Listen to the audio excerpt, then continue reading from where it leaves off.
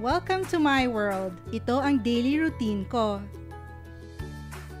Gigising sa umaga, maliligo, magbibihis, at ang favorite part ko sa lahat, pumili ng shoes!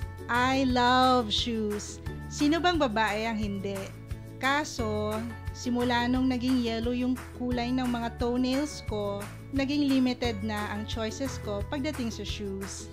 Dahil daw sa fungi, kaya nagyelo ang mga kuko ko. Buti na lang, natuklasan ko yung Moringa O2 Therapy Oil.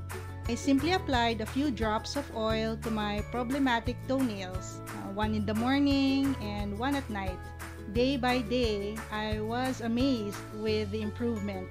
Bumalik sa dati ang kulay ng kuko ko. Kaya ngayon, I can finally wear any shoes I want.